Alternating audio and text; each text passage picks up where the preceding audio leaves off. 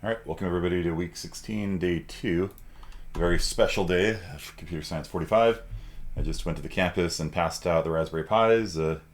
Bled for you guys a little bit, slashed my finger on a relay. Got a surprise acupuncture treatment as a result of it. Green's getting donuts. Yeah, I'm hungry, dude. I've been working on loading up pies since 10 in the morning and haven't had a bite to eat. And I can't take Advil right now either. That's annoying. Okay, so today we're going to go over the theory of physical computing and how to wire things up and stuff like that. Kind of continuing on from what we did last time. We'll go a little bit more onto the physics side, I guess. Entire box of mac and cheese. It's a healthy breakfast right there. Having pie, my gosh. Raspberry pie. A pizza pie. Alright, cool. Alright. Oh my gosh. I was just sitting around outside the donut shop. Well, I guess that's one way of doing class. Well, since you guys are going to be primarily audio right now, I guess I'll just narrate everything I'm doing here. Is my mouse not working? Keyboard here.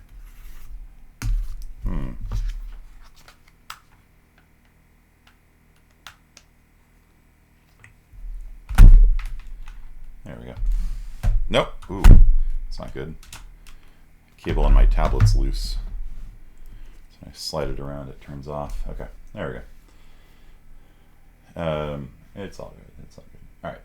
So the first thing you guys want to do is like inventory your stuff. Inventory your Pi. The main things, there's a lot of things that I handed out today. The most important thing, of course, is having a Pi, a Raspberry Pi. Make sure there is an SD card in it. SD card in it.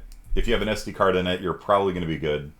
It might not boot, and the reason why it might not boot is because the previous group of students might have for example, in one of the assignments, we make it so when you plug the Pi in, it runs a program automatically, and sometimes it does that before it even loads the operating system, so it turns on instantly like a device. And in that case, it's not going to be booting Linux, because Linux is not even on there anymore. So, one thing you might have to do is you might have to flash NOBS, which is what it's called. You can find that on the Raspberry Pi website, and there should be an SD card adapter that will allow you to reflash NOBS on it. It might be a good idea for you guys to do it. Thanks to Bella. Yeah, we'll figure out something for you, I guess. So NOBS is the operating system package distribution. Yeah, distribution is probably the best way of putting it. NOBS. It's sort of an all-in-one package that gets you going, and it's on the raspberrypi.org website, and it basically has Raspbian. Raspbian is the Raspberry Pi version of Ubuntu, basically. Ubuntu's one of the most popular Linux distributions out there. I don't know if you guys know this, but Linux has many different distributions of Linux. They all kind of have the same Linux kernel and drivers and stuff like that, but the way they do software updating will be different. Their package managers are different. Their stuff they come with will be different sometimes, and so people will get really upset and fight tooth and nail sometimes over whether this distro is better than this distro, and I honestly don't care. I use Ubuntu because it's more or less got the most support on the interwebs, and so if I ever need to be like, hey, how do I install this on Ubuntu, there's going to be an answer for it. Whereas for other distributions, who knows? So 64-bit Ubuntu works damn well on a Pi 4. Yeah, don't do 64-bit though. Do 32-bit. If you boot into 64-bit mode, 32-bit assembly does not work. So ARch64 is like support for that has been really coming on strong in Linux over the last 10 years or so. It's gone from being sort of a side project to like that's one of the main branches of Linux. So ARch64 support is actually really good for ARM, and the Raspberry Pi is one of the most popular 64-bit platforms. The newer Pis, the older Pis are 32-bit. Yours does not have an SD card. Yeah, if you want, just go to Best Buy or something and buy one. It's, yeah, spend a couple bucks on a SD card and you keep it afterwards with all your projects on and stuff. Yeah, sometimes there's going to be things missing. So you're going to want to get your SD card and go to this website here, which I will post onto the Discord. And you can, the boxes should have a little SD card adapter, a little USB SD card adapter. If not, you can get one of those as well. They're super cheap. A lot of times they come with an SD card. And micro SD or SD, I think it works with both, right? Because you can slide a micro SD into an SD card. But it's a micro SD card, if I recall correctly. And yeah. And so this distribution here, not the light one, just this one. And it's 2 gigs, download it. That's only 40 gigs, that's really nice. 40 megs, that's really nice. Now this one, boom, download it, and then you can use the imager to flash your SD card. And I actually kind of recommend all of you guys do that anyway, so you start with a fresh install. Because what if you don't know the password, you know? So download the imager, and you can flash the SD card, so it's a fresh install.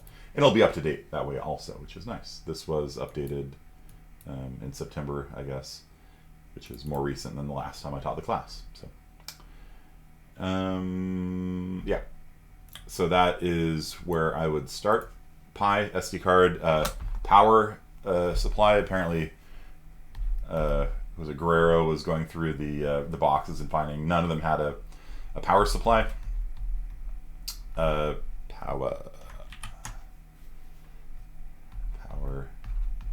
supply. The good news is basically any USB. What is it? It's USB. Was it micro USB? Micro USB.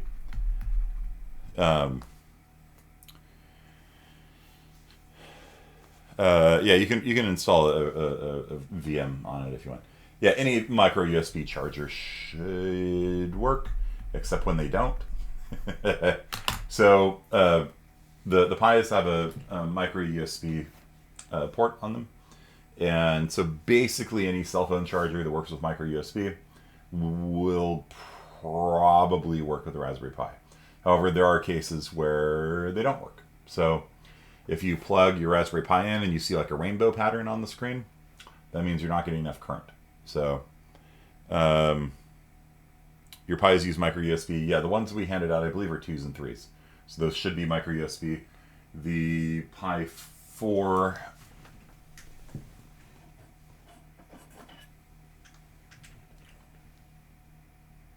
Yeah, it's micro USB also. Pi 4? No, that's Pi 3 also. But USB-C on the Pi 4, yeah. Yeah, so either way, they're standard power adapters, right? So USB-C is supposed to be this glorious new world of adventure where you don't have to sit there and try the USB port 5 times to find which way is up. However, USB-C is unfortunately not as standardized as everybody thinks it is.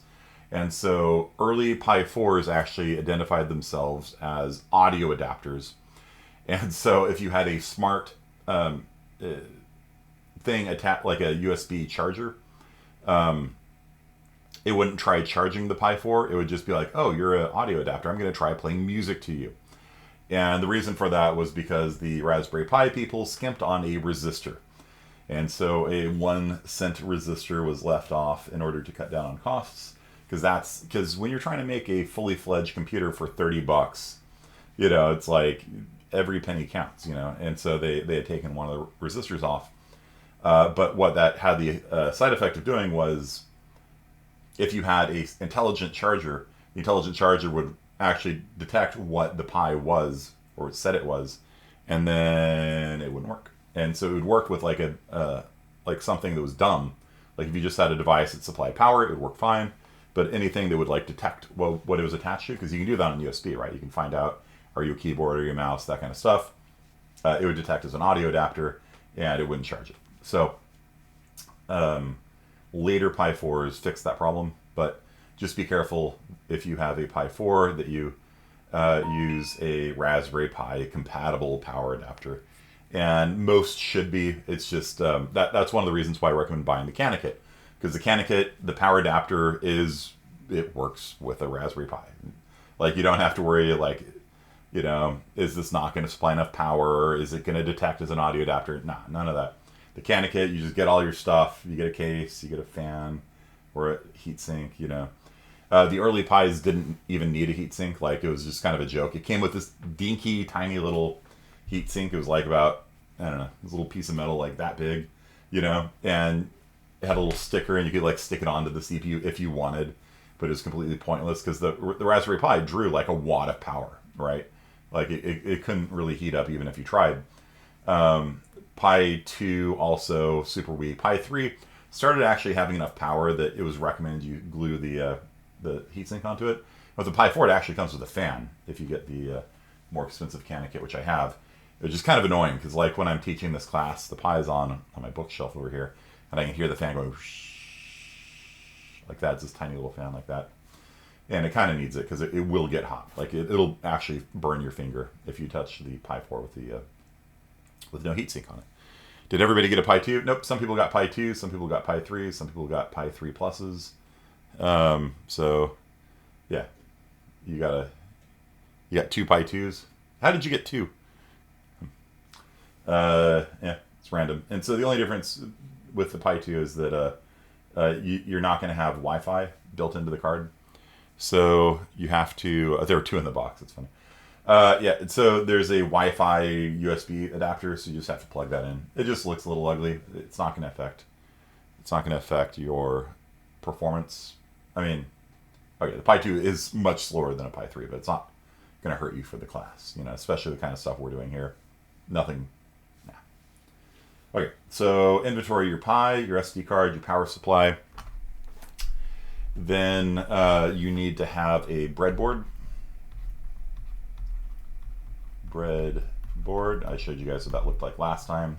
It's a piece of white plastic, sometimes with an adhesive backing. You can stick onto things. Don't peel off the backing, please. You turn it in. There's like 50 resistors and LEDs glued to the back of it. Like, I don't want to deal with that. just throw that in the trash. I don't want to touch that. Okay, SD card, power supply, breadboard. Then you should have a sensor kit and a super kit. So the sensor kit, Sunfounder sensor kit, which is the small blue box. And then there is the super kit, which is the bigger blue box.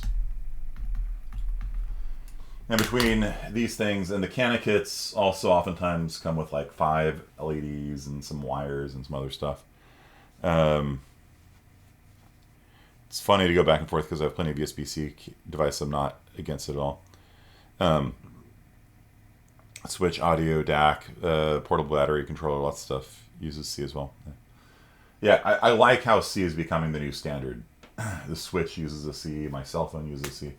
But if you kind of take the mask off USB-C, you actually can see, you can see, it's a mess. And so there's actually a Google engineer who just buys USB-C cables and then sees if they actually follow the standard, which 75% of them do not. So, yeah. So you can Google that, USB-C compatibility. If you ever buy like a box of USB-C cables or devices, just, you know, check to see if they're compatible first. C is nice. C is nice, but like I said, when you go under the hood, like it's not been, it has not been a good rollout. Let's put it that way.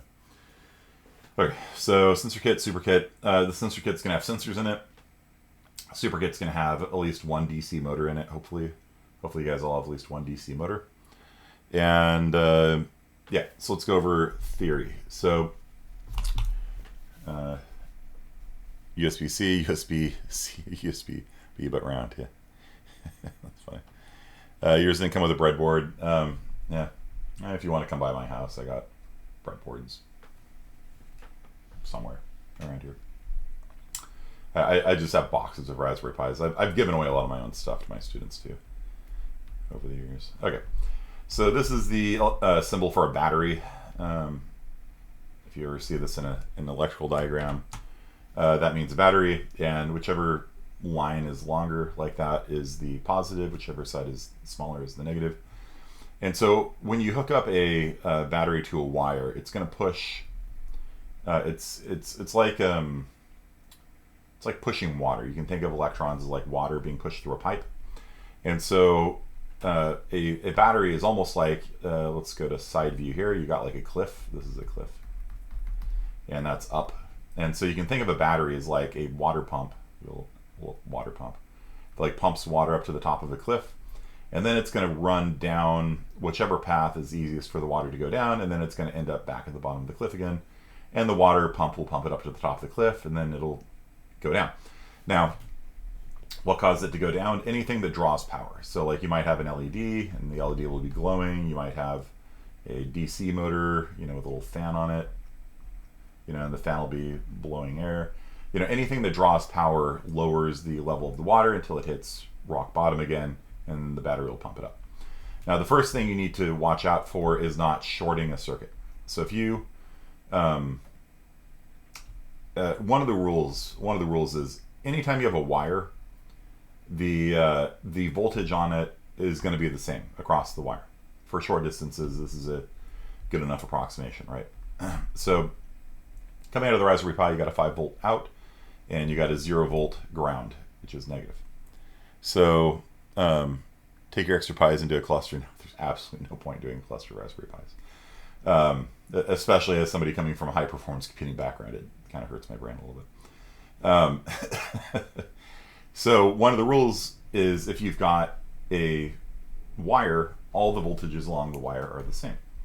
So if you have a wire coming out of the 5 volts, this part of the wire is 5 volts, this part of the wire is 5 volts, this part of the wire is 5 volts. If it goes into a breadboard, the breadboard's got 5 holes. All 5 of those holes are going to be at 5 volts. If you've got a wire coming out of that hole, every point along that wire is at 5 volts, and it does that until you hit something that drains power, like a resistor or something, right?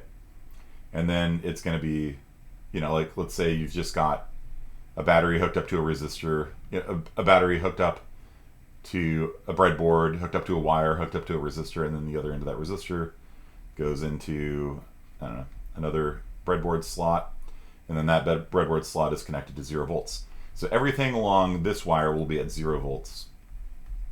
Everything along this wire, including, through the breadboard, because the breadboard is just essentially just touching 2 wires together. That's all it does. Everything along here is at 5 volts. Everything along here is at 0 volts. That's the rule for wires, is that everything along a wire is, for all intents and purposes, at the same voltage. Now, wires have a very small amount of resistance, but for normal usage, you can simply ignore it. And so this means that this resistor here is going to be dissipating all of the power through the circuit. So if you go from 5 volts to 0 volts, then however many watts you're putting out from the battery here are going to be dissipated here as heat, right? And so if you just attach a battery to a resistor, the resistor will heat up, right? Any of you guys know the equation for heat, or for the amount of energy burned by a resistor? Anyone here taking electromagnetism? McLaughlin, take it away.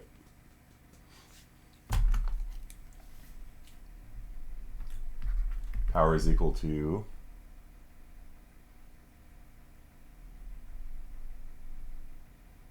there's a couple different ways of expressing it. V squared over R. Sure. What else? Whatever Google says it is. Here. Watts over time equals MC squared. Jeez. You guys. Right, so if we're voltage is equal to, that's famous law. Voltage is equal to current divided by resistance. Alternatively, current is equal to voltage divided by resistance. This is the way that I remember it. Because the higher the voltage, the greater the current. There's a linear relationship between them. But if you've got a resistor, the resistor slows down everything proportionally. So if you've got a resistor with an ohm value of 2, then it slows everything down. If you go from 1 ohm to 2 ohms, they've halved the amount of current flowing through the system. I squared R is another one, yeah.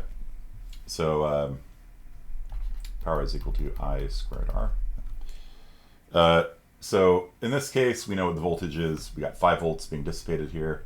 We know do we know what the resistance is? Maybe not. Let's say the resistance is 10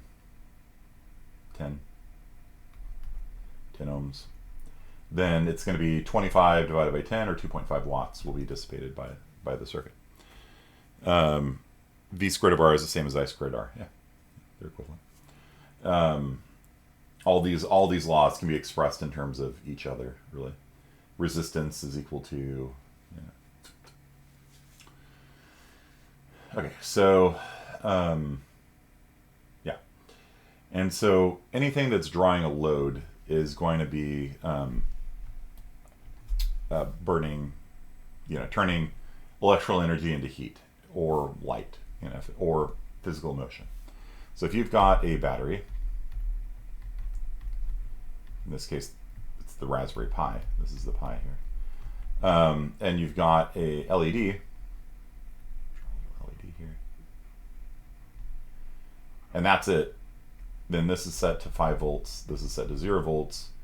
And the internal resistance of an LED is rather small. And so you're going to be dissipating voltage squared over R. This is going to be 25 divided by something close to 0. And what happens is the resistor explodes, or the LED explodes. That's what happens. So you'll get a little puff of smoke, and the LED will be no more. It will be an X LED. So what you need to do if you want to hook up an LED, which is what you'll be doing first with your kits. LED dead, very nice, very nice. 10 points to Gryffindor. So you have to hook up a resistor to it. And as it turns out, the right resistor to be using here is a 220 ohm resistor. And then the voltage drop across this is going to be something. Anyhow, people have done the math. This is the right resistor to use. And so this would be a red, brown resistor.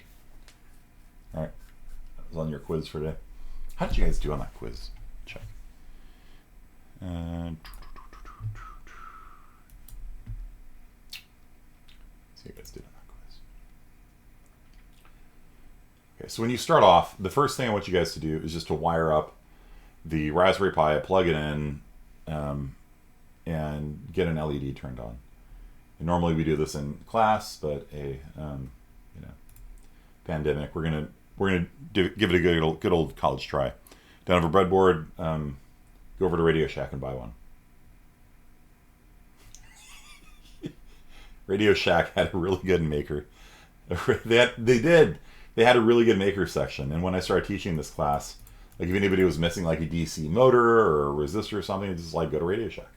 They had actually a really good, and it's really sad they're not around anymore because like nobody like has picked that up.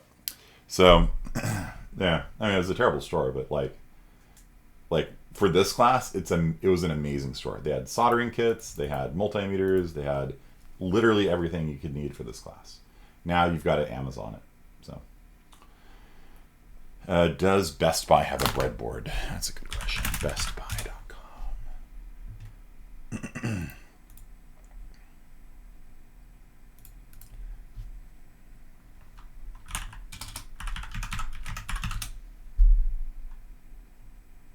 Do you even know what a breadboard is? No, you have no idea what a breadboard is. They do sell Cana kits though, and a Cana kit will come with a breadboard. So that's a $100 breadboard right there. Order now for pickup on May 5th. Yeah, forget about it. Don't even have it in stock. Huh? Mechanic starter. Do you come with a breadboard? No. Ready in 1 hour, but it does not come with a breadboard, it looks like. So for those of you that want your own Raspberry Pi, wow, 114 for the starter max kit? It's not a max if it doesn't have a breadboard, dude.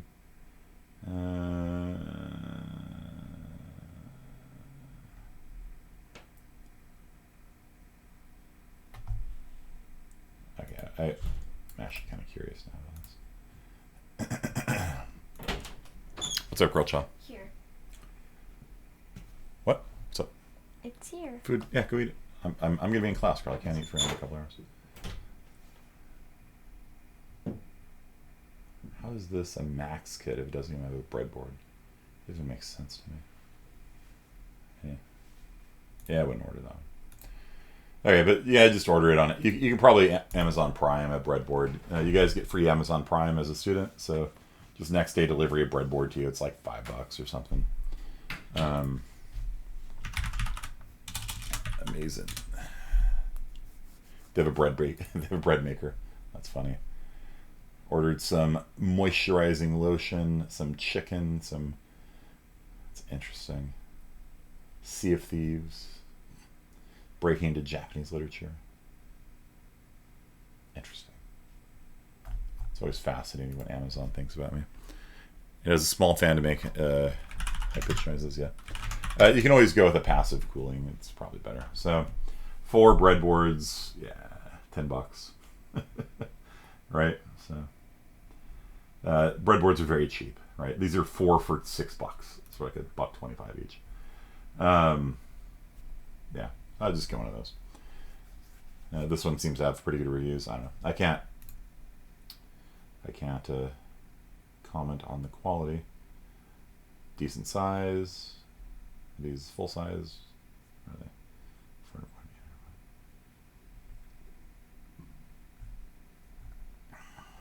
Get some wires, get some LEDs and stuff. Yeah, sure. Bunch of wires here. Got some jumper cables, got some normal wires. No, these are all jumpers, huh? Yeah. Comes in a little tackle box. Yeah, once you start getting into this thing, like you just look at this, you're like, oh, it's only $10. You know, you buy that, and then where's your LED kit? These are regular wires, and they're all stuck together, so you kind of peel them off. Female, male to female, male to male. So you get 120 of them for $7. You know, and then you got all your wire needs covered. And then, like, I like buying LEDs, solid wire, power supply. We're using a Raspberry Pi as a power supply. It's not a very good power supply, but it works. Holes are not on the center. Okay.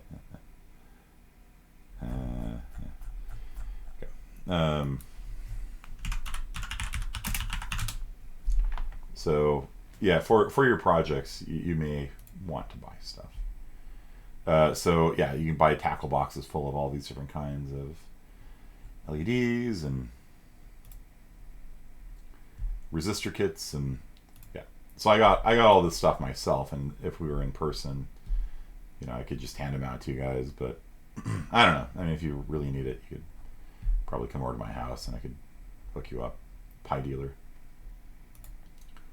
But yeah, do you see how cheap all this stuff is? Like, this is 300 LEDs for $7, right? It's like it's like what, 2-3 cents per LED, you know?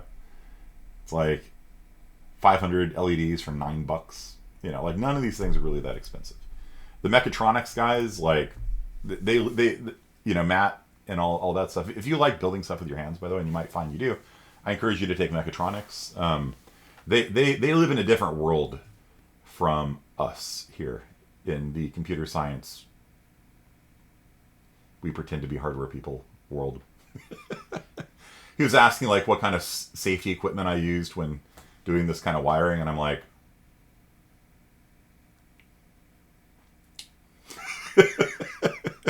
like, yeah, my eyeballs guard my face. I don't know, like, when I've blown an LED out, like, it just goes, like, you know, I try not to breathe it, I guess. That's my... I go like this. Yeah. It's really a different world. Matt has... he has a little demo thing. Like, he's got this robotics. It's really cool. Like, he has this, like, demo kit. It's, like, for education. And you can put, like, a block, and it has a conveyor belt, and the conveyor belt moves it, and it has laser sensors that detect if the height is within parameters. If it's not, then it has a little flipper, like on a pinball machine, and then it knocks it down into a reject pile, and it comes over here, and there's a magnet that sees it if there's enough magnetic material in it. If there's not, it knocks it off, and so you put these blocks on it, and it sorts it, and I'm just like, damn, dude, that is cool. I want to do that. How much was all the parts? He's like $100,000.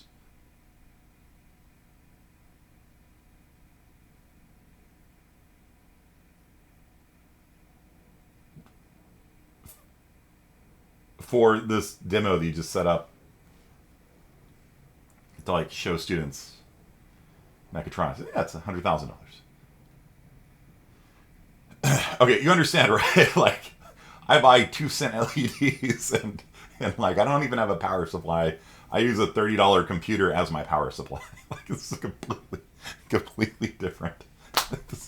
It's like, because he does industrial automation stuff, right? And there's actually a pretty good there's actually really good jobs available in that, right? Like, because if you think about like, like repairmen, right? Like repairmen, they don't know how to program, they just repair stuff with their screwdrivers and stuff.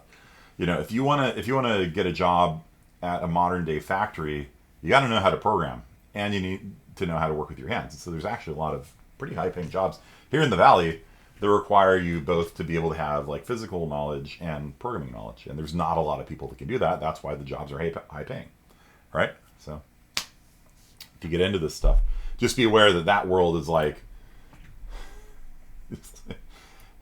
I'm like, you know how many cars I could buy for the cost of this little demo setup you got here?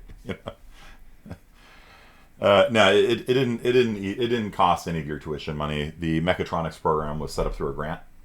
And so we applied for a grant, and it funded it. And so Matt's got this whole shop set up over at the Herndon Center, and they're in person, right? And he's got a Model T Ford there. He's got a Model T Ford. He's got an actual car. And the students tear it apart and rebuild it, right? It's one of their projects.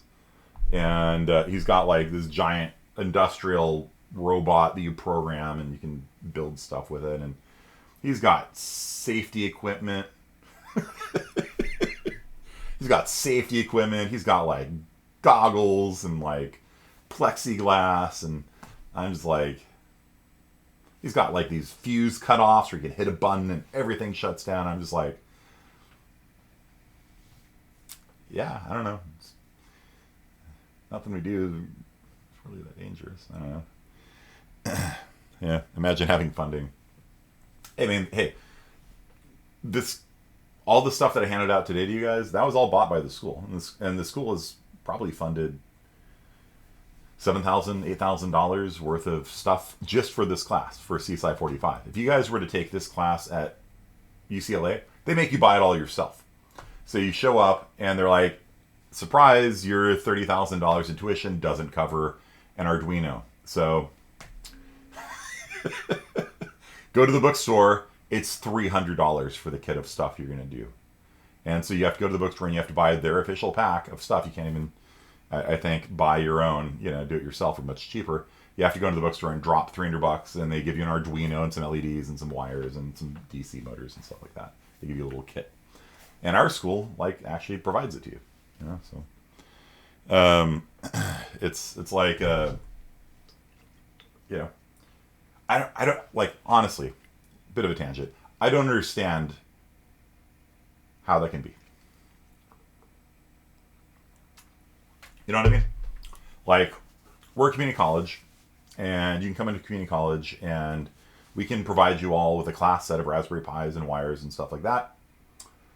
And you don't get to keep it, right? I want it back in 2 weeks. I want to see you guys, and that's why I wrote down your numbers and all that stuff. I want it back, but we have enough money to have, a class set for people. And you go to UCLA, where the tuition is infinitely higher, because I think we don't charge tuition here anymore, at least for most people. And they're like, nah, we don't got enough money to, like, I don't know. I don't get it. It doesn't make sense to me. UCs don't care about their students? I guess. I don't know. Like, I mean, I TA'd at UCs, and I cared about my students. I don't know. It's just weird. It's just an odd thing. Because do you know how much money comes in also to a UC? Like, do you know how much, like, corporate money comes in to a UC for research? Like, when I was in the electrical engineering department, it was like $1 billion a year. Something like that. You can't afford an Arduino for the kids, like, not kids, you're adults, but you know what I mean? Like, it's like, can't all go into football teams. UCSD didn't even have a football team, so I don't know. Like, it's just sort of baffling to me. Like, how is it that we got a grant for the mechatronics? Sure, okay, and that paid for all this really nice equipment. Like, okay, makes sense to me. I understand that. But like, how is it that we can just kind of come up with money to help students out, and these schools that are literally getting NSF grants, and if $1 million NSF grant comes in, the UC takes 40% of it. So if the NSF pays $1 million to UC San Diego, the department takes 40% of that money. And they can't buy like an Arduino for the students? Like really? I don't know. Anyway. Professor and staff pay, yeah. And that's a big part of it, right? Like, they pay professors to write grants. And so if you get a grant, they buy out your time. And so part of that 40% buys out the time of the professor, right? And if you're writing grants, they'll buy out your time. So a lot of professors don't teach classes, right? Or they might teach like one class a year. Like, one of my neighbors, well, he just moved. He taught, he just, because he was writing grants and bringing money in, like, they just bought out his time. So he's a professor that only taught a couple classes a year, Even at the UC's, full-time teaching is one class a quarter, right? Because you're supposed to be doing research. So one class a quarter is your full-time load. Whereas right now I'm teaching 7 classes a semester. Right? And I don't know, I can manage it just fine. Okay, so you got a guitar pick? Really? Post a photo of that. I want to see that. So I do have guitar picks around here, so it's possible one of my picks fell into your thing. Yeah, I mean, community colleges, are they better? I don't know. Like, it's just baffling. Like I said, I'm just confused. Because if you look at the amount of money they have, right? But they also charge more for tuitions, which means they have even more money. But they can't come up with, 2 cents for an LED. Like, really? Okay. All right. Now, rant over. So, Dunlop. Oh, yeah. Interesting. Yeah.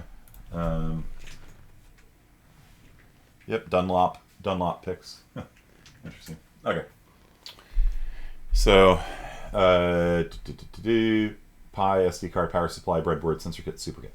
So, your hello world, and what I want you guys to do, and if you don't have this, go on to TinkerCAD and do it yourself. So, I'm just going to be talking as if you have a physical kit. If you don't have a physical kit, or if you're missing some crucial component, then just do it on TinkerCAD. If you're missing a breadboard, dude, just go on to Amazon Prime. You can get Amazon Prime for free. Buy $1 breadboard. They'll hand it to you tomorrow. You can eat some of my fish and chips, yes. Okay, so here's how you set it up. Okay, so you're gonna get your Raspberry Pi like this, and the Raspberry Pi is gonna have the GPIO pins like this. And I was gonna find out before I started ranting about why UCs are the way they are. I was going to check the quizzes. So see how you guys did on the quiz. I'm kind of curious about this one. So week 4, no. Why is this not alphabetized? Week 16, day 1. Yours is delivering on Sunday. Interesting. Okay. So quiz statistics. Let's see how you guys did. All right. Yeah. All right. Good. How many ohms is a brown, red resistor? So remember, brown means 1, red means 2. And then the first 2 are the significant digits, 1, 2. It's not 1.2, it's just 1, 2. And then the red is 2 also, so that means to the power of 2. So it's 12 times 10 to the power of 2, so 12 times 100 is 1200. Okay. Google said brown is 1,000 ohms. No. Brown means 1. Brown means 1. So yeah. So brown, red, red. Brown is 1, red is 2. You just go down the rainbow. Oh, nice, nice, nice. Yeah, Dolio. Here, let me put this on the screen. That is actually exactly what I want, dude. I am jealous of you. So we're getting a new building at our school, and so if you're asking where the money came from, is it your tuition? No, we don't have money for new buildings. Instead, what we did was we put a bond up on the local, to the taxpayers, like, hey, taxpayers, you want to buy us a new building? And people went, yep. And so we're getting a new building. It seems to me a very fair and reasonable way of building new buildings rather than skimming 40% off the top. UCSD has a lot of nice buildings. Maybe that's where the money goes. I don't know. But the new building that we're getting is going to have something like this. So I actually got to design my own classroom, and it's going to have an attached storage area, and the attached storage area is going to have fishing tackle boxes and things like this for wires and resistors and LEDs and caps and transistors and all that kind of stuff. So yeah, very nice. Right now, everything's just, in like a box. Like I've got various fishing tackle boxes, and I have to kind of like go through them to find the stuff, but that's exactly the thing that we're going to have when we get the new building, which is kind of cool. All right, what's called when you turn off and turn on a digital signal really fast to simulate an analog output? It is PWM. So it's called pulse width modulation. And so if you turn it off, you turn it on, half the time it's off, half the time it's on, a 5-volt signal will become 2.5 volts effectively. If you don't do it fast enough, you'll see flickering in the LED. Right? Let's say you turn it off, turn it on, and turn it off like 5 times a second. You'll get a 5 hertz flickering from the LED. And some cars do it like that. Like Cadillacs. Like you'd think Cadillacs would have, like, I don't know what it is. Like it's the same thing like UCLA, right? Like you'd think that Cadillacs could afford good LEDs, but Cadillacs just flicker their taillights when they're like half, like you can have the lights and then when you brake they get brighter. When they're half on, they sit there and flicker like that. And it's like, really? Cadillac? Really? They're the worst. Like some other car companies have flickering taillights as well, but Cadillacs just irk me. Every time I'm on the freeway and I'm behind a Cadillac at night, I'm just like, and you move your eyes, it leaves like dots, like independent dots on your retina, right? You flick your eyes and it's like dot, dot, dot, dot, dot. It's like, really, Cadillac? And I can always tell when it's a Cadillac because it does that. Yeah. So it's called PWM. The other things are terms that I talked about on Tuesday, except for PCM. And none of them are correct. Okay. I did make it check all that apply. However, there's only one correct answer. If you do PWM just right and open slow-mo on your phone, you'll see blinking because of the higher frame rate. The way that shutters work on cell phones, they have what's called a rolling shutter. And so if you like drop your cell phone while you're taking a picture, like it'll have this weird distorted effect. And so if you point it at like a PWM light, you can oftentimes see it on or off. Or some of those will be on, then off, because just it's a interference pattern, right? Beat pattern. So transistor logic is when you've got, there's two main types of, like we talked about this, whether something is pull up or pull down, right? TTL and CMOS are the two main things for like little dip chips and things like that. GPIO, none of you guys picked that one. PCM is a very common format for doing audio. So, not powertrain control module, pulse code modulation. So what it is, it's a, let's see my picture. It's a way of representing an analog signal in digital. So it's not turning itself on and off really fast to simulate something. It's sort of the opposite. So like if you want to sample an analog signal like this, you could write down 8, 9, 11, 13, 14, 15 in binary. And so that's like what a wave file is, right? So a wave file, linear difference PCM.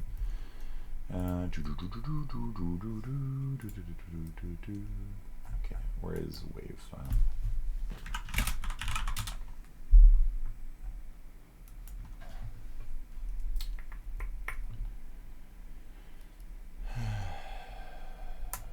It uses linear pulse coded modulation. Yeah. So it basically just stores the amplitude of the wave. And so you have to sample a wave at over twice the maximum frequency that you want to represent. It's called the Nyquist theorem. So if the highest frequency sound you can hear is 22 kilohertz, then you need to sample it at 44 or better, right, in order to faithfully reproduce the sound. And that's why you have like CD quality audio, right? Have you guys ever seen that before?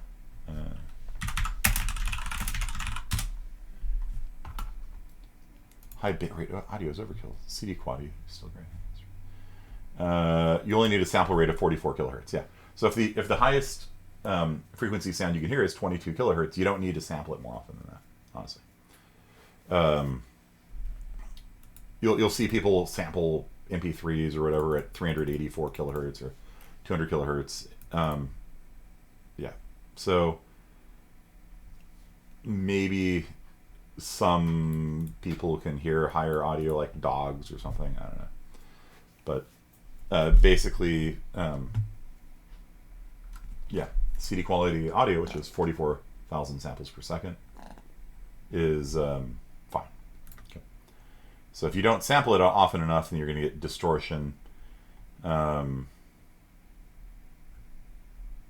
And telephones actually have pretty bad bit rates and things like that. So anyway, so that's PCM. So PCM is literally just writing down the amplitude of a wave at every time step. You guys understand? 10, 9, 10, 9, 8, 7, 8, 9, 10. And you just record a bunch of numbers, and there you go. And then there's additional techniques on top of that. But that's how audio files work. It's just a bunch of bits. It's just the amplitude of the sound incident on the microphone. That's it. It's pretty simple. At least that. It gets complicated, but that's the most simple. Okay, so, yeah, all right. So we've got our Raspberry Pi. We've got our GPIO pin. Your Raspberry Pi should come with a cheat sheet.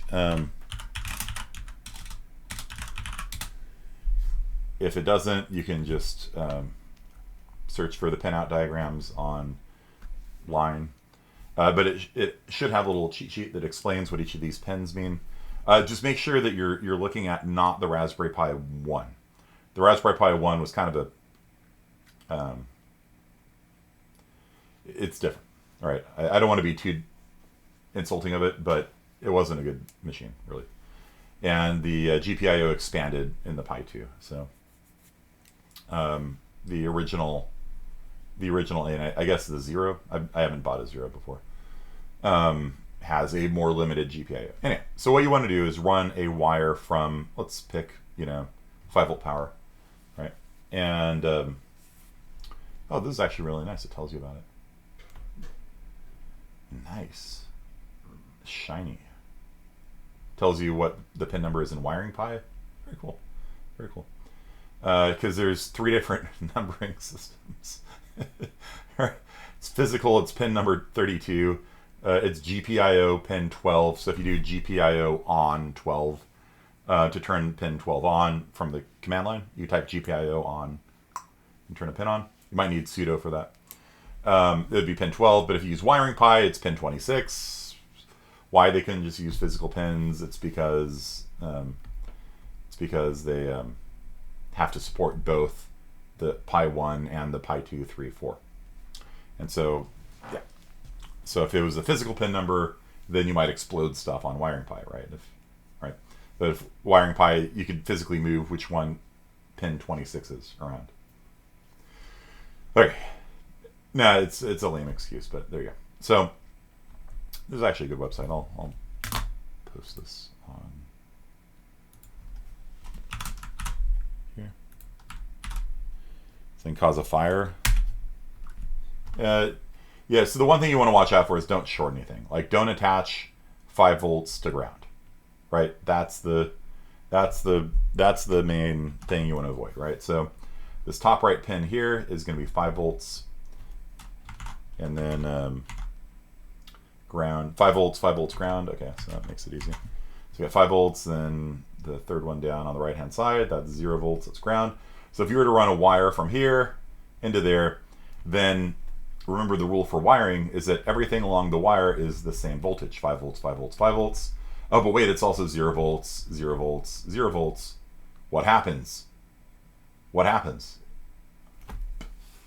Right? It's called a short. So if you ever attach a positive voltage to a negative voltage on a wire and there's no resistance in there, then remember the power dissipated is voltage squared over R. R is 0, right? And so you're going to be dissipating 25 divided by 0, 0, 0, 0, 0, 1, right? You're going to be dissipating a hell of a lot of power through that wire. And theoretically, an infinite amount of power will be dissipated by it. In reality, the laws of physics catch up to you, and smoke happens, right? Unlimited power, right? So you're gonna be probably dropping a full, all the power the Pi can supply is going to go through that. And what's going to happen though is that the Pi knows that this is a tool that's going to be used by 6-year-old kids. My daughter was playing with Raspberry Pis when she was 3 and wiring stuff up. And they know about that. So there's actually a fuse inside of there. And so what will happen is that a fuse will pop. And the Pi will turn off, essentially. And you're like, oh, I killed my Pi. And maybe you did. It's possible. It happens. When you short things, bad things can happen. But what probably is going to happen, you just unplug the Pi, put it down, and then these things are actually like self-healing fuses. And so if you wait 15, 20 minutes and you turn it back on again, it should work again. And so what happens is that there's this little micro-mechanical system that goes boop, like this. And then over time, as it cools down, it will reconnect. So it's got a built-in fuse system. Don't rely on it, though. We have destroyed many Raspberry Pis in this class. And it's a really, really expensive thing to replace. If you guys destroy one of my $100,000 robots... Oh, wait, no, they're only $30. Yeah, don't worry about it too much. It's not mechatronics. Like, seriously, though, like, if you dig this stuff, mechatronics is cool. They got cool toys to play with, man. They got professional, Allen Bradley microcontrollers and all this kind of stuff. So, yeah, the Pi people know, what happens to their poor things, but don't short things. Don't attach an LED without a resistor on it. Okay. So what you're going to do is this: you're going to have your Raspberry Pi, and figure out which way is up on it.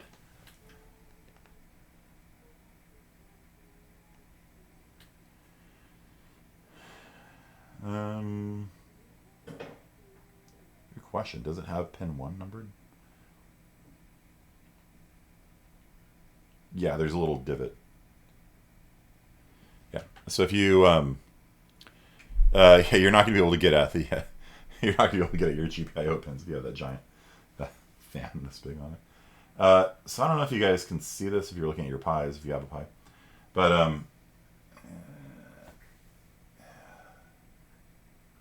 I see streamers do this. It doesn't seem to work. I don't know. Let's focus on my hand. Come on. Come on. You can do it. You can do it. You can do it. Okay, anyhow. Right there. There's a divot. So there's like a rectangular outline on the printed circuit board. And there's a divot in it. It looks kind of like this. It looks like that. And that's how you know where pin 1 is. It's the same thing if you've ever... have you guys ever put a CPU into a motherboard? There's usually like one of the corners is like chunked out like that. And that tells you which way to rotate it, right? Because there's 4 possibilities. You don't want to take your CPU and put it through the baby smasher. Like if you guys ever attach a CPU, you know what I'm talking about, right? You put the thing in, and there's this thing where you really crank it down into place. If those things aren't lined up right, like bad things are going to happen, right? So yeah, you need to line up. There's a divot on your CPU that looks like that, and you line it up with the CPU socket. Yeah, I made that mistake once, and all the pins bent. So I had this $400 CPU that had 300 bit pins on it. I'm like, so I took out some tweezers and very carefully bent every single one of those pins back in place, put it back in the right way, and it worked fine. So that was a long afternoon, let's put it that way. So yeah, it worked. I didn't break any of them. So yeah, I repaired a $300 or $400 CPU by just very carefully bending all the pins straight, putting it back into place, pulling the baby smasher down. It worked. Yeah, worked fine. Years. My CPU now doesn't have pins on it. It has contact pads, so there's nothing to bend on it, which is nice. Bend back some pins, fix the motherboard. Yeah, you feel like Hacker Man when that happens. So this corner here that's pin 1, right? So if you look at the pinout diagram, that's how you know that's pin 1. Okay, and then you count this way. All right, so just look at the pinout diagram. You should have a cheat sheet. Okay, so for your first project, what I want you to do is do your classic hello world. Okay, so I want you to run a wire from 5 volts into the MOBO. It's not really a motherboard, it's a breadboard.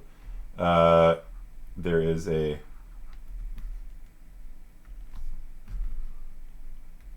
run 5 volts over into the hot, right? And if you put it on minus, it's not going to know, right? And then run a cable from the ground into the ground row, or alternatively,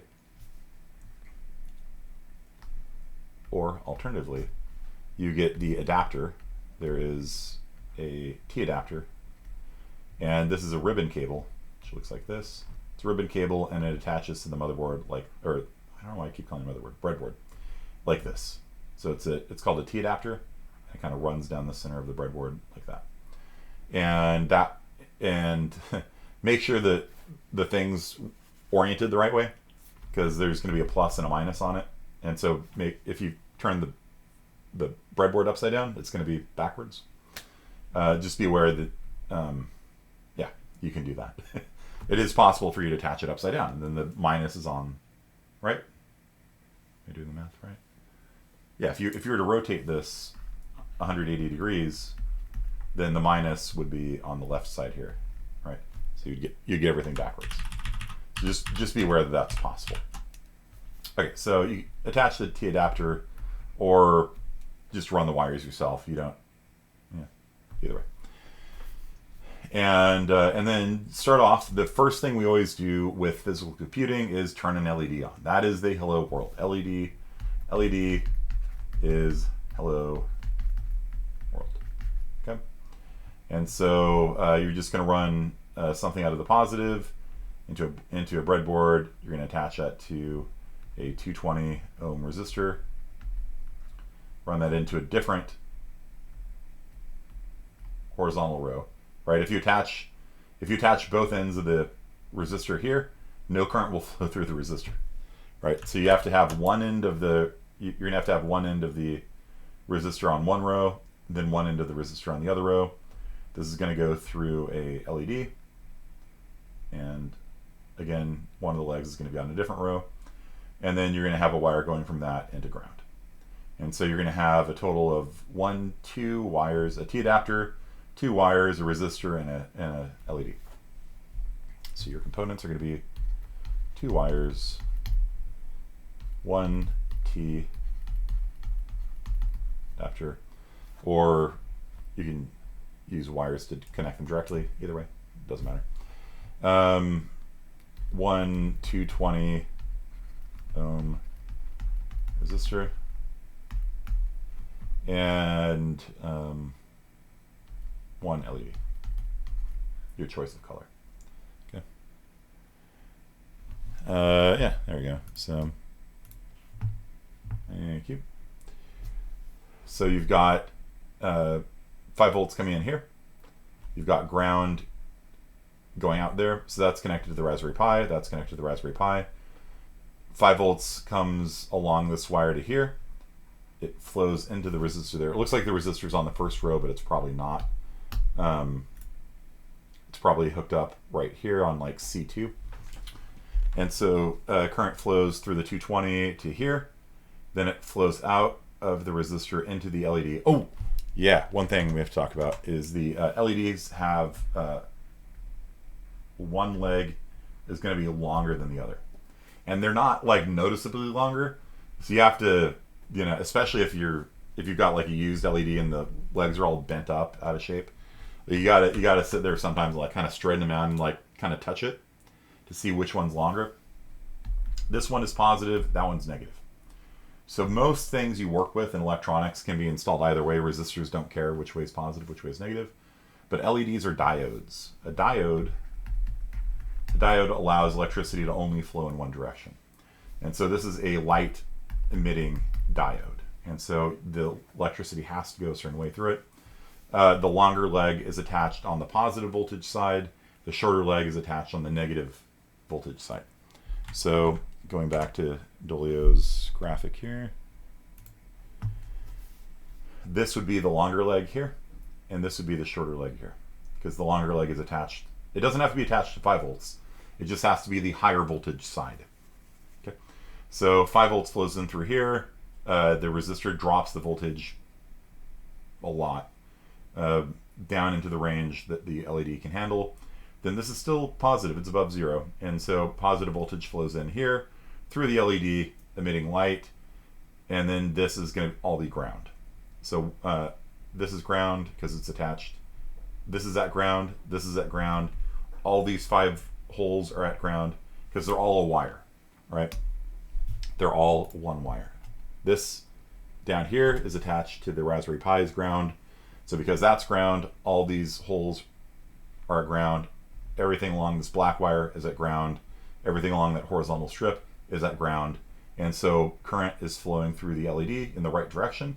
If you try flowing current in the wrong direction, either nothing will happen or the LED will explode, one or the other. And by explode, again, it's not like you're going to get shards of glass in your face. It goes or nothing. Sometimes you just don't see anything.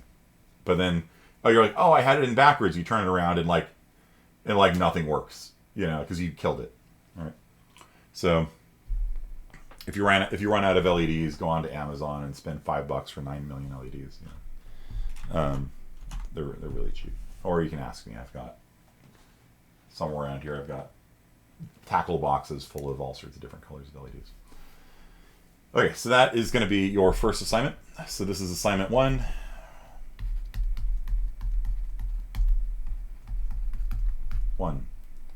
Turn on LED, and you're going to screenshot that.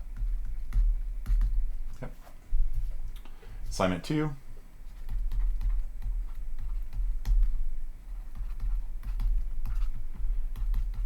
Turn on 2 LEDs. Okay. So figure out how to make it so that 2 LEDs turn on. Using one source of power, right? So what you'll find out is that the LEDs will be dimmer because the current is splitting between the two of them, and you will see their brightness will go down. So turn on 2 LEDs using the same power wire thing. Okay. So you're gonna wire it up so that what do we have here? You're gonna do this, except coming out of what is this, C5?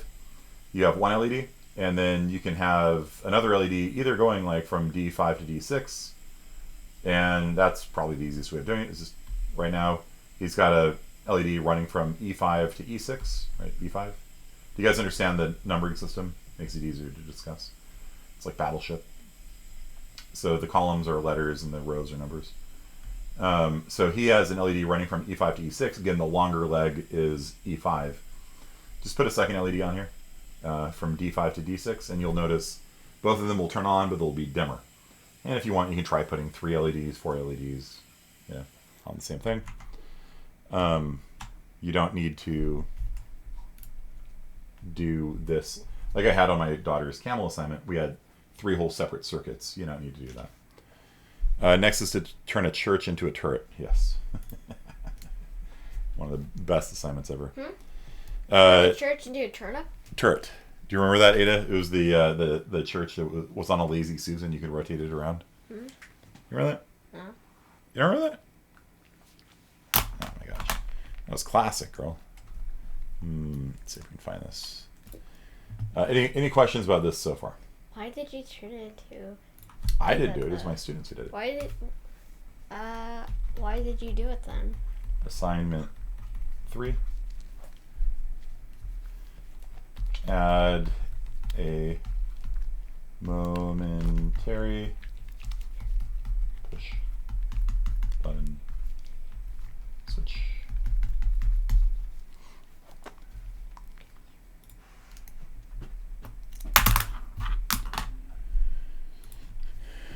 Church. Let's see if we can find this. Do you guys know what a momentary push button switch is? It's what I had last lecture. It's a little button. As long as you hold it down, the switch is closed. You let go, the switch is open. Posts by me. Church. It's church. Church.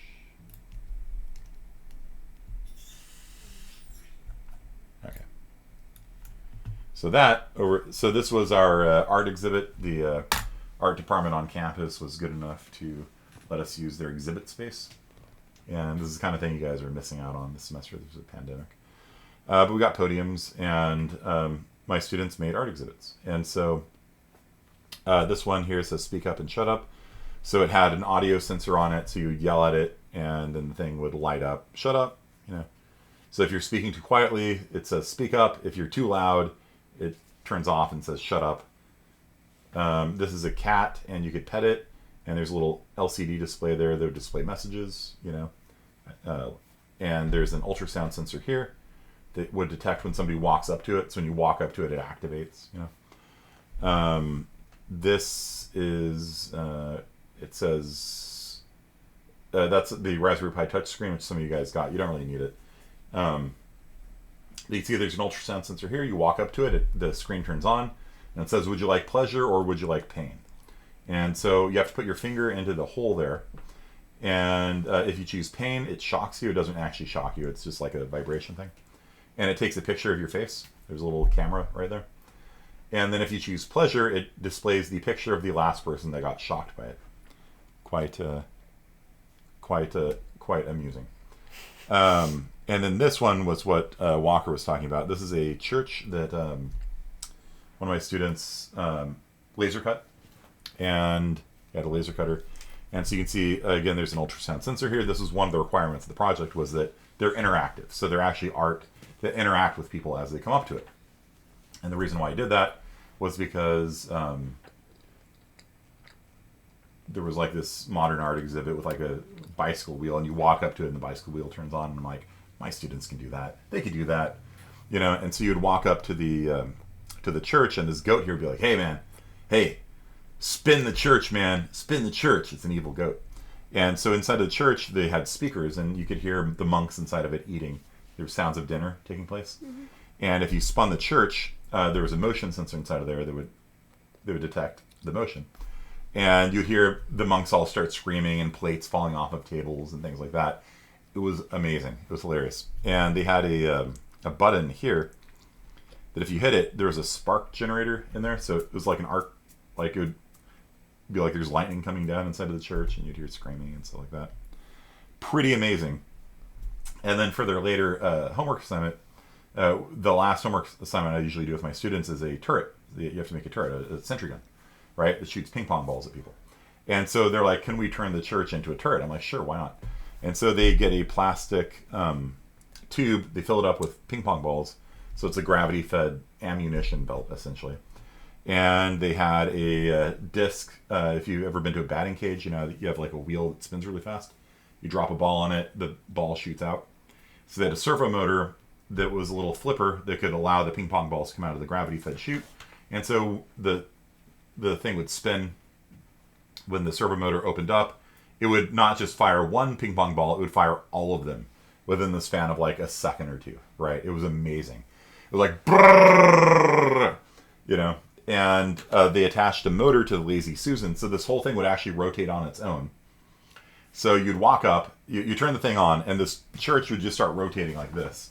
And it had an ultrasound sensor, and so it would kind of spin around and find where the nearest object is, and then center on it, and then open the servo motor, and it would dump 40 ping pong balls into the target. Our breadboards linked horizontally or vertically. The rails, the power rails are vertical. We need more JPEG on that, dude. More JPEG. The power and the positive and the negative, all of these are connected. And if you have a big breadboard, if there's a horizontal canyon, they're not connected. Nothing goes through the canyons. Okay. A1 through E1 are connected. F1 through J1 are connected. A2 through E2 are connected. F2 through J2 are connected. So if you want current to flow, don't put a resistor from like A1 to E1, because no current's going to flow through that resistor, because there's a path of less resistance through there. There's just a piece of copper underneath.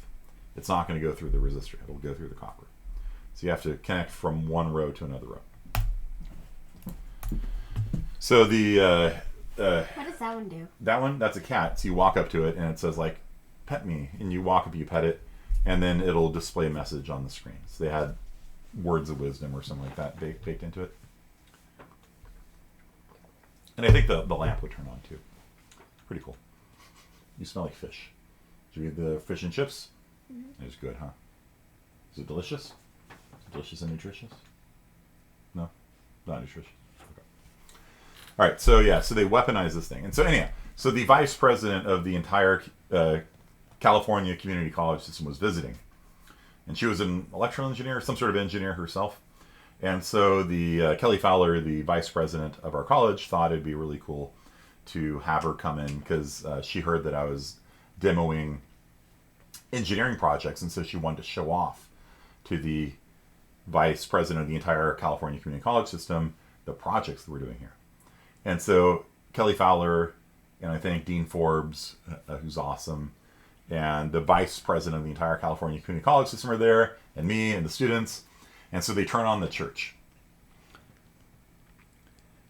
Diodes are the only thing that are one way. Capacitors, most capacitors are not. There are some electrolyte capacitors are one way.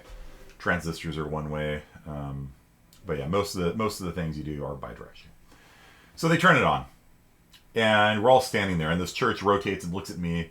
It looks at Dean Forbes, looks at Kelly Fowler, the vice president of our college, looks at the vice chancellor of the community college system, and it rotates back and forth, and all of us are, it's like that scene in RoboCop, you know? And then it locks in on Kelly Fowler and blasts her with all the ping pong balls. And she goes, you know, ba ba ba ba ba ba ba ba ba ba ba ba. And I'm like, wow, I either just got, you know, the vice chancellor thought it was, you know, hilarious.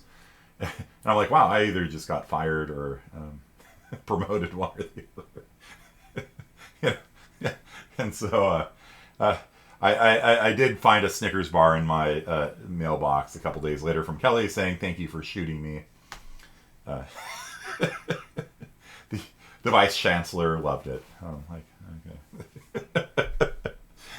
But yeah, the church was turned into an automated turret of doom. It's pretty cool. It's a pretty cool system.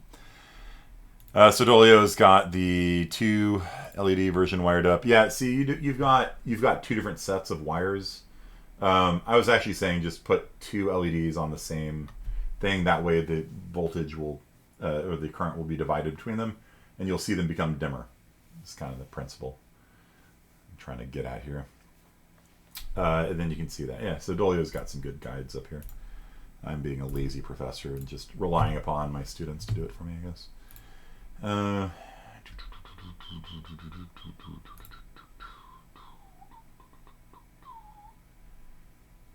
and lights in its skin light up too. That's cool. Spin the church, man. Spin the church. Pirate ship, yeah. So you'd walk up and wind would start blowing in the sails and stuff like that. The greatest art exhibit in the world. And you go up and it says, this isn't actually the greatest art exhibit in the world, it's just a tribute.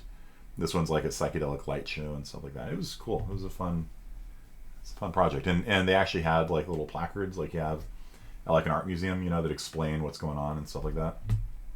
And that was actually a really good time. We still have this banner up in my classroom, which maybe some of you guys have never seen, but yeah, let's see if I have this sentry gun.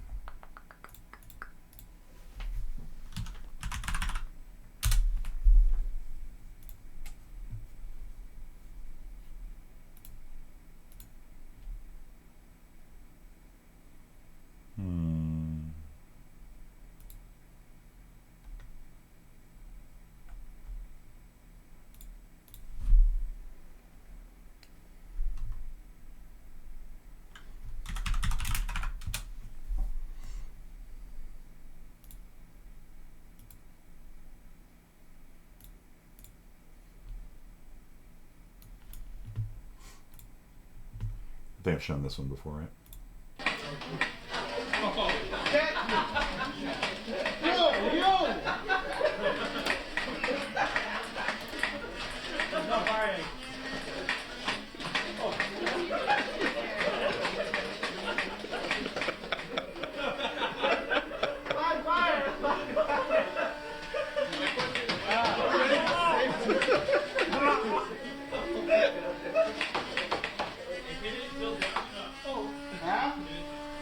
So it's got an ultrasound sensor on the front there, and so they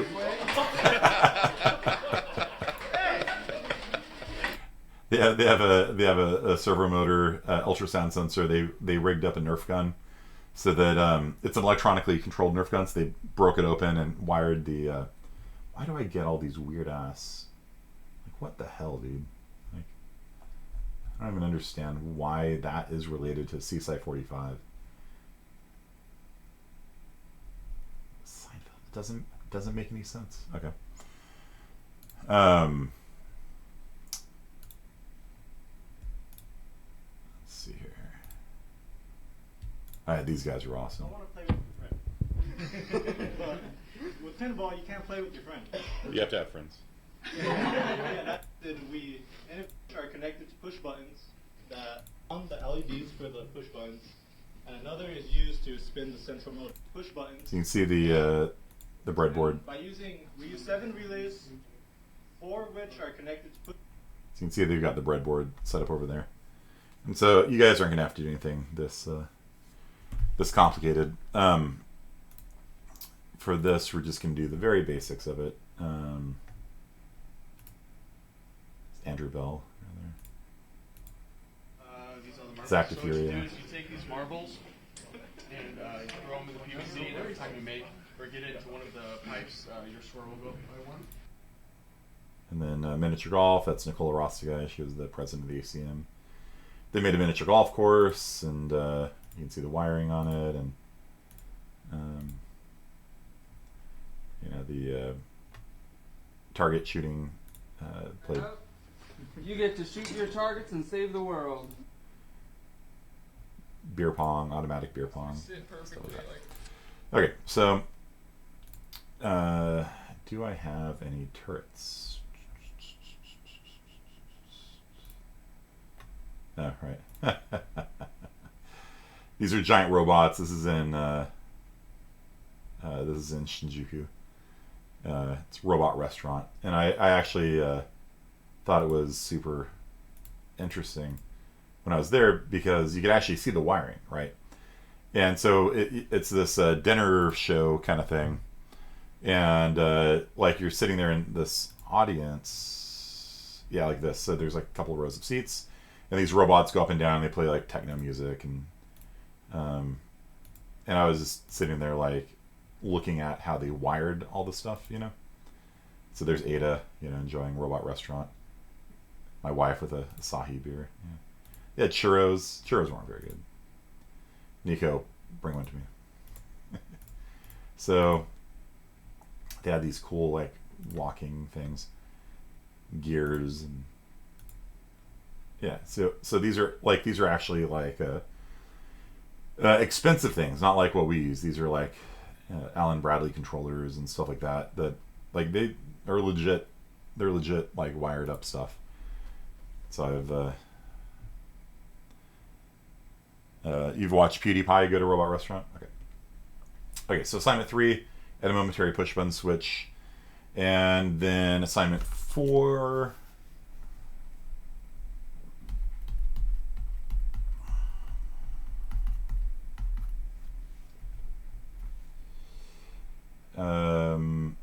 Add a DC motor. Okay, and this will complete your first assignment. This will all be due on Tuesday. Just make a collage,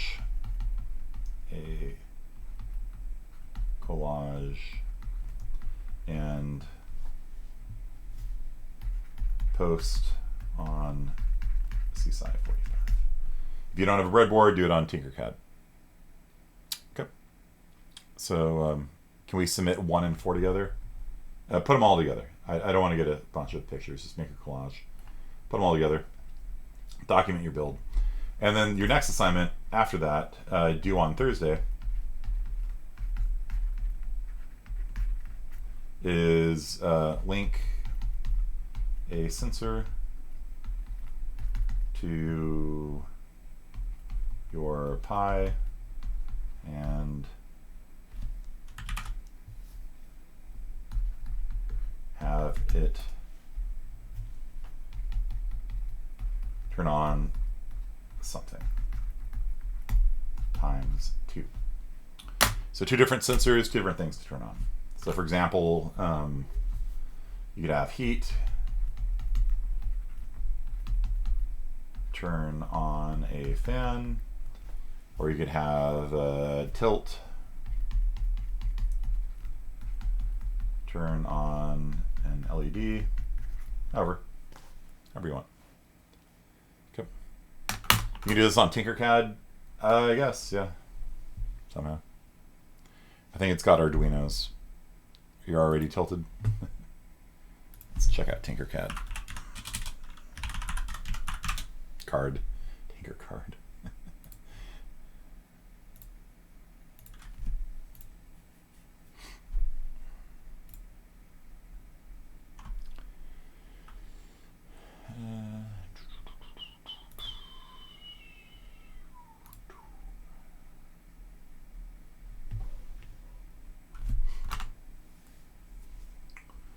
As an Arduino, yeah, so you can put an Arduino out there. Can you program the Arduino? That's the question. Can you program the Arduino?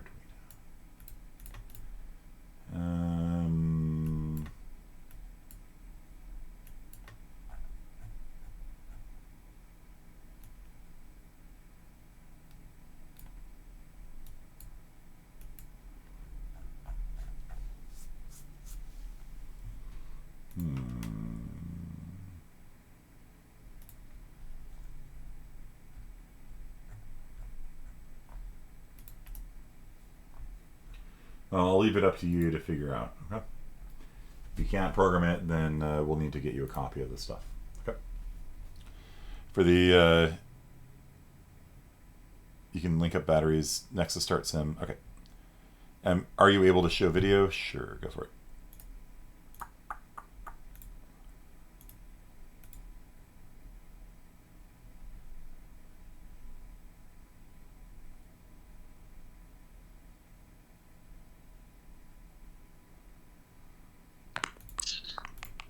All right, try now. Can't for over 25 users.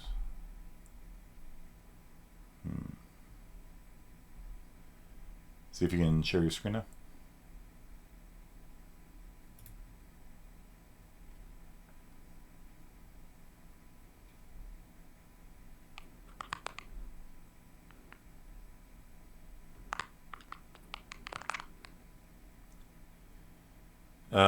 You're on your phone. Okay.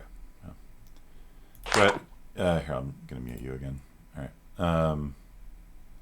So just go ahead and post a screenshot, I guess. Yeah. So picks. Yeah.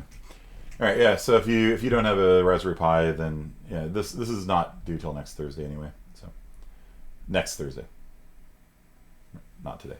This is due on Tuesday, and then you should be able to figure out by then if you can program those things. Okay.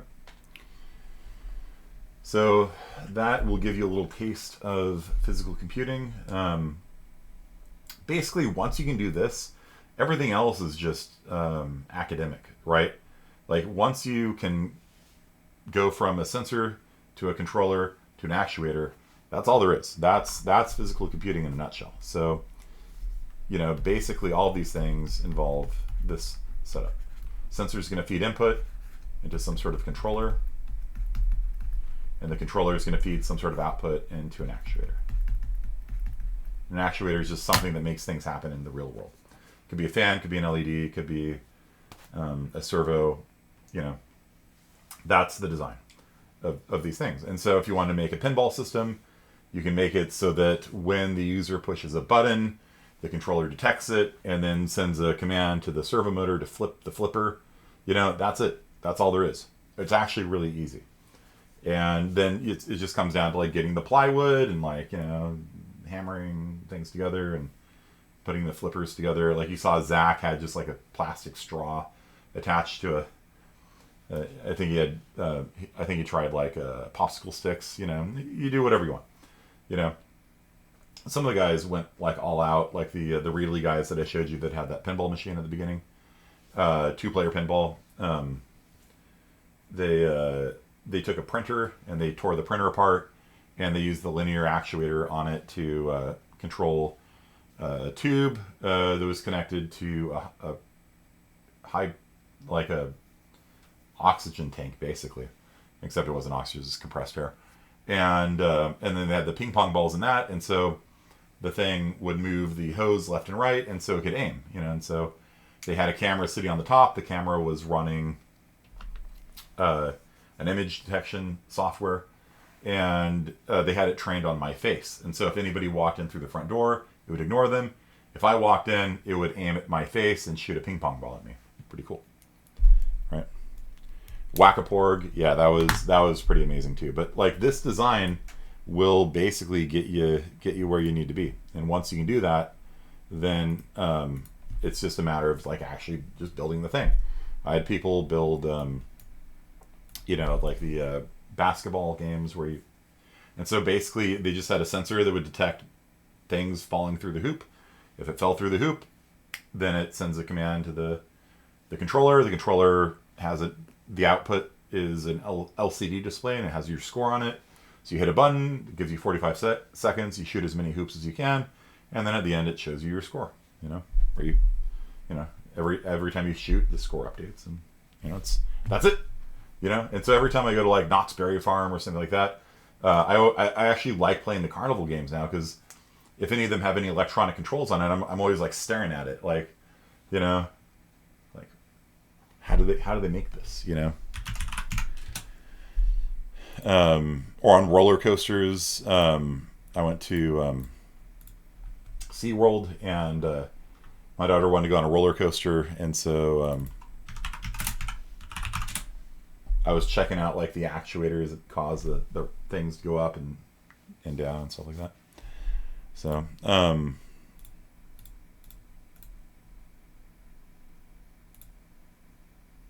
don't have a shot of that, unfortunately. Actually, maybe I do.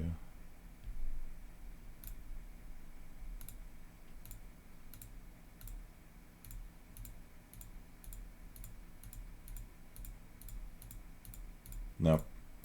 I have a shot of my daughter on the roller coaster, but not the actual wiring of it. Yeah, let's search for Whack-a-porg.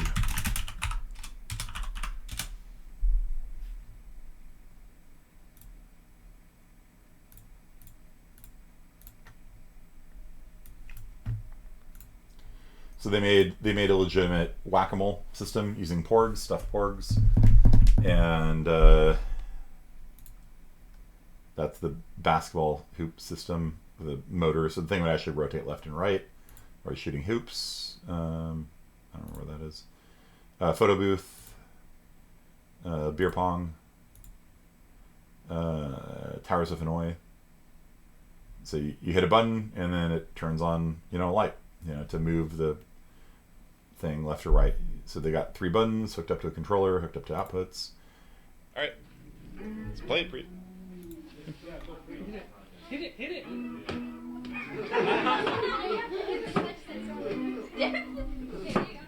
No. That's not.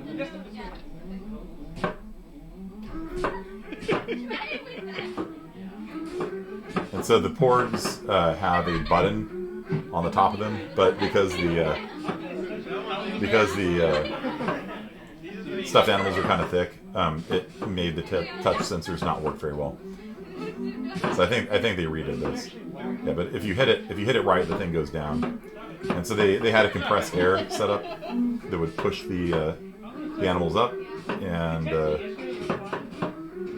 give you. And there's an LCD display here that gives you your score. Yeah, just whack it over the head. There you go. Nice. Yeah, they were good boards. Yeah, some of these touches are really fitting. And so they spent a lot of money, like all the plywood and paint and all that stuff. Like they went all out on it. That was Hemi, Derek, Preet, graduated a couple days ago. They did an absolutely fantastic job on that. It's like one of the best projects I've seen.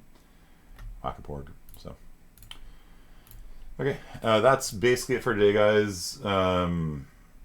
So the code for this, for all the sensors, can be found on the Raspberry Pi server. They need a bigger stick. Yeah, there were some. They got it working better in the next version. If you guys want to know where the source code is for that, if you want to start actually programming a system, it is in the /home/Sunfounder directory on the server, and so that's where the stuff can be. You can also find Sunfounder.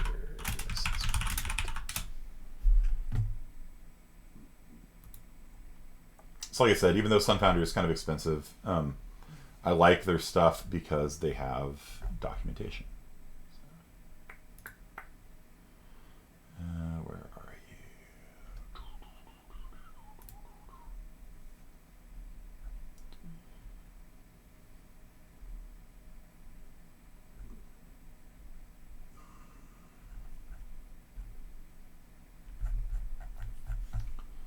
Store learn maybe. Raspberry Pi, Super Kit, Sensor Kit.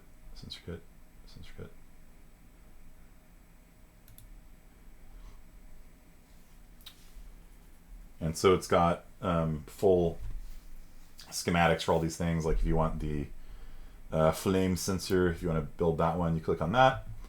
It shows you what the flame sensor looks like. It tells you which components you need. It's got a schematic for the sensor itself, which absolutely does not matter. And then what you do is you have the ribbon cable attached to your GPIO, comes into the T adapter here, and then it shows you exactly how to wire everything up. This is the analog to digital converter. So like I said, a lot of the sensors require A to D because there's no analog input on a Raspberry Pi, unfortunately. And so the flame sensor is wired up like this. Ground is wired to ground. VCC is wired to 5 volts. 3 volts? 3 volts.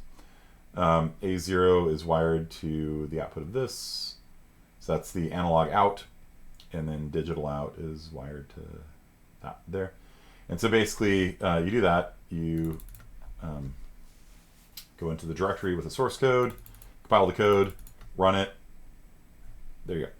And you can get a lighter and hold it up to the flame sensor, and the flame sensor will activate.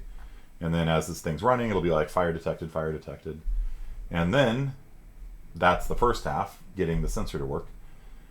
And then the second half is turning on a fan or whatever to blow it out. Or in the case of my students, when they detected explosive gas, they had it spark to set it off.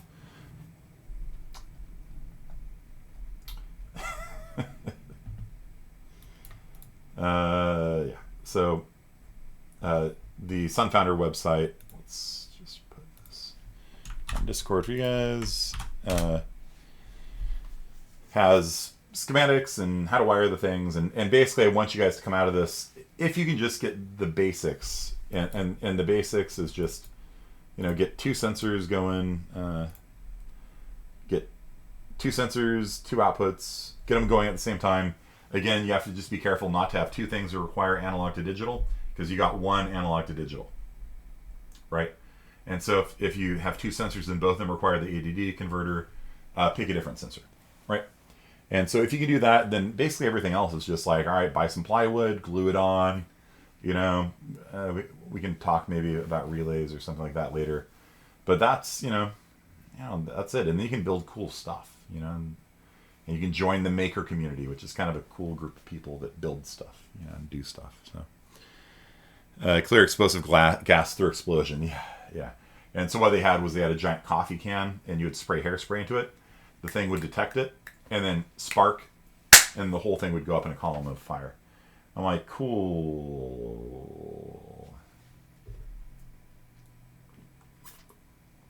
Let's not, yeah. Mechatronics guy. What safety procedures do you have? Oh yeah, by the way, don't electrocute yourselves. That's I want to point that all out. Please don't electrocute yourselves. The 5-volt systems aren't really gonna they're not really very dangerous. 5 volts to 0 volts. If you ever mess around with the electricity coming out of the wall, mains power, then wear electrical gloves and make sure everything is turned off while you're wiring it. Daniel Monastersky, one of my top students, the first time I taught this class, electrocuted himself repeatedly. And I'm like, all right, the first time I get it, why would you keep doing it, right? Like, why would you not put gloves on after the first time? And why would you not unplug it prior? Like, I don't know. It was weird. But 48 volt pots. Oof. Yeah. Nope. Yeah. 5 volts though. It's like, just unplug everything prior to wiring it. Then after you wire it, turn it on. It's, like I said, I let my daughter play with this stuff. It's not, you're not going to die from this kind of stuff. Mains power, you want to be careful, right? And we're not going to be doing anything with mains power in this class. But in general, don't like hold a 5 volt in one hand and a 0 volt in your other hand, because absolutely nothing will happen, probably. I have sweaty hands while I get shocked. Yeah, just turn it off before you turn it on. While you're wiring it, just have the thing powered off. But even still, like 5 volts is like negligible. I often electrocute myself while setting up outlets. Why? There's a fuse box, Walker. Just turn the fuse box off.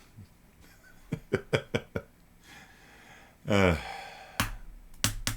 yeah, if you have a 3D printer, you could 3D print stuff. So I think we'll see how this goes.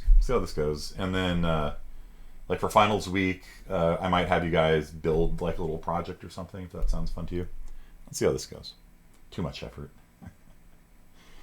Yeah. Okay, do you guys understand? I'll type this up on Canvas. So get a little bit of fun wiring stuff. Okay. Not too bad, I don't think, right? So these little things here, I typically do in class. It usually takes half an hour or so. Might be hard from what I've said. So people are posting. Yeah, nice 9-volt adapter with a with a voltage divider, so it does 5 volts out. Yeah, nice. Yeah, I've got one of those too. Okay. So people have been posting, you just see how the students are doing it. That's one of the reasons why I'm having you post it on Canvas, so you can just see how other people do it. You can copy them. Okay. It looks like Hazelton has some twisted. Here, let me pull it up on the stream here.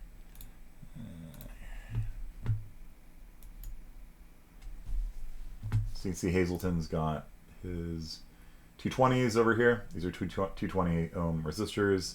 Do you see how one of the LEDs is a little bit longer than the other one? Like I said, it's not a lot longer, so you gotta feel for it sometimes, especially if they're bent a little bit. So we got here the 5 volts out, the ground out.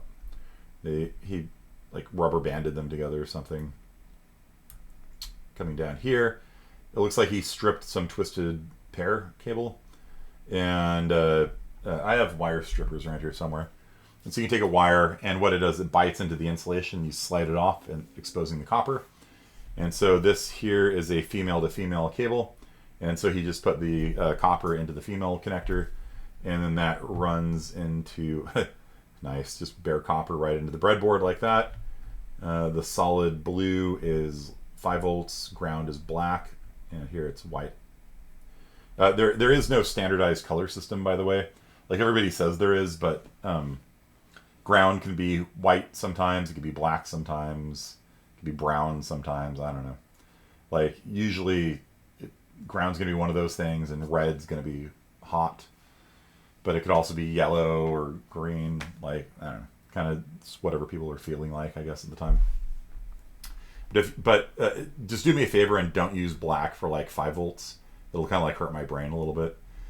So usually bright colors indicate there's voltage on it, and dull colors indicate ground. But like I said, like I've seen no real, like maybe some industries have standardized, but there's different industries that have different standards. Okay.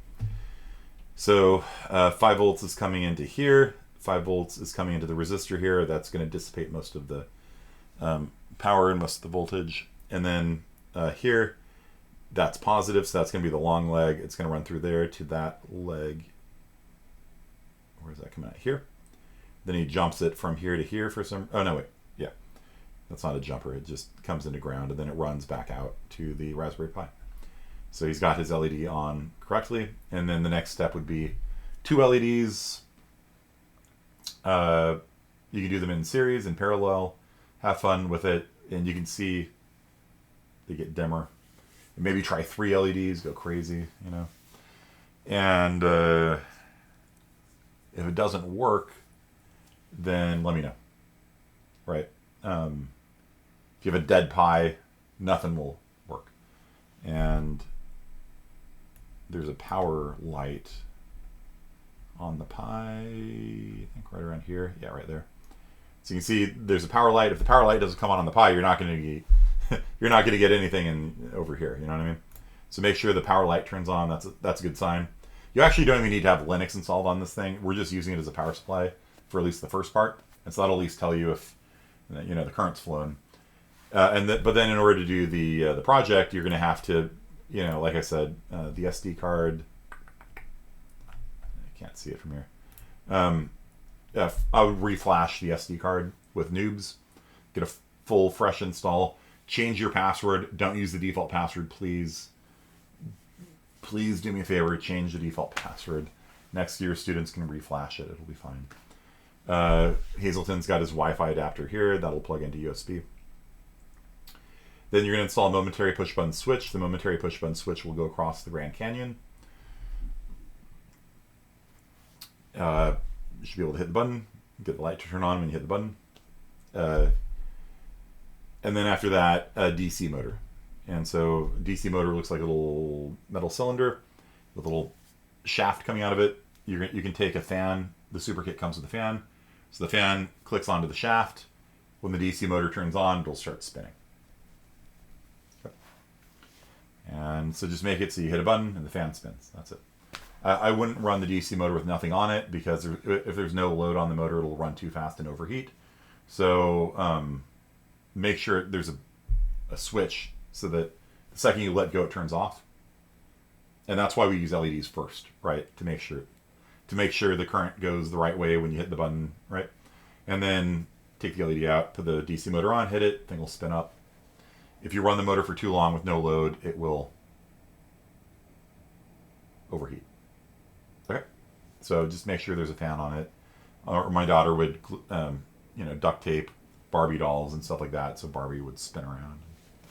She would take flowers and stuff like that. It's kind of fun. That's all you need for Tuesday. There's no class on Tuesday. Tuesday I'm going to be in surgery at this time, so I will just have like a video for next steps for you guys on that. And then on Thursday next week, you will do your first physical computing project for realsies. And once you can do this, you can do anything. And it's a cool feeling. It's a really cool feeling. Trust me. All right. So that is it for today. Your power light's turning on and off. If you do that with a DC motor, that's kind of normal. Because DC motors draw a lot of power, especially when they start turning. That's when they draw the most power, is right when they spin up. And so that could dip the voltage enough for the Pi to reboot. So I guess I could talk about relays maybe on the video on Tuesday. Okay. All right, yeah, good luck. It's nothing. It's a minor surgery. It's just a kind of a pain in the ass to deal with, so it's not a big deal. Don't worry about me. Both push buttons you found are already broken. How do you know they're broken? Maybe you're just not wiring them right. Or maybe the buttons are popped off. I don't know. Cool. All right. That is it for today, guys. Telephone striped, wires ground, solid as power. You use whatever you want as long as you match. Yeah. Cool. Thanks, guys. Good to see a lot of you guys in person for the first time today. That was kind of neat. And good seeing Jeff with his different look and Vacalar with his different look. And so on and so forth today. So, peace out. We'll pick up the Raspberry Pis probably like Thursday of finals week, something like that. So you'll have them for a total of 2 weeks. But that should be enough to get a taste of it, and hopefully get hooked. Get into it. All right. See you guys.